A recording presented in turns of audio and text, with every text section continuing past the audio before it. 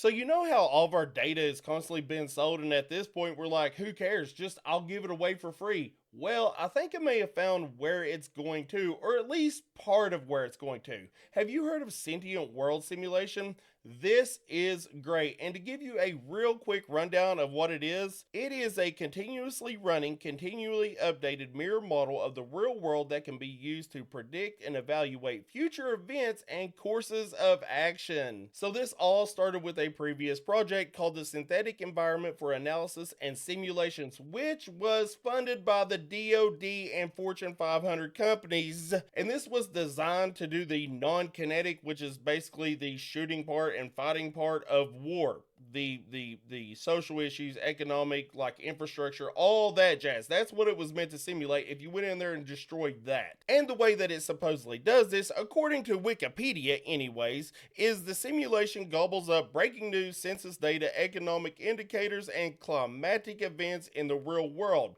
Now, that was the original program. The second program was meant to know everything about everybody, which is pretty freaking scary. Now, you may be wondering, how are they going to do anything with this data? What are they going to do with it? Well, you have to kind of quit looking at yourself as a individual and kind of look at it as a group. We're all a group. We're all little tiny tribes. So what are they even going to do with my information? Well, to understand this, we need to look at Facebook a little bit. Yeah, I know it's weird, but you'll understand. See, back in like 2014, Facebook did a little thing where they basically did psychological experiments on a couple 100,000 people to see if they can manipulate people's emotions. And the way that they did this was they manipulated people's feeds to show them sad content, and if they started typing sad things throughout the day, the experiment worked. Now, this only slightly manipulated people's mood, not a lot, but it was enough for people to learn that, hey, we can manipulate people in mass. If you can change somebody's behavior a little teeny tiny bit,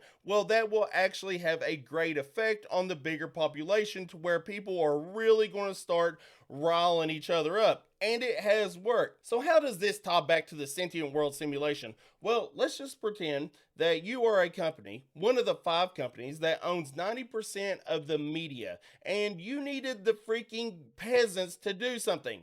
What would you do? Well, you would run a simulation seeing how you could move the most amount of people, how you could manipulate the most amount of people to do what you wanted them to do, or how you wanted them to feel about a certain subject. You had that power and you could run it through simulations until you get a near perfect match. And it does work. This isn't like some way out there conspiracy. No, this actually does work. And while it's not exactly designed to do that, it does it pretty freaking well. So basically, with the sentient world simulation, they can take all of your data points and all the people around you, your family, your friends, your group, your peers, they can put it into the simulation and they can see how happy this group of people are.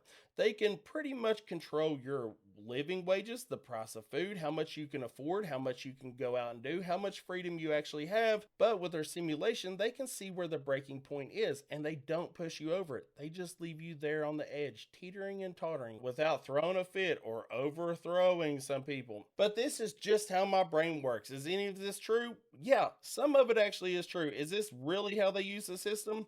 I don't know. They could use it for a lot of good things, but let's be honest, how many companies and how much of the government is out there trying to do the good things for the people without trying to actually just better themselves? Not a whole lot. But if you want a deep rabbit hole, by all means, I suggest you start looking into this because it does get deep and it was pretty freaking interesting to say the least. So that's what the sentient world simulation is. Oh, okay. Okay.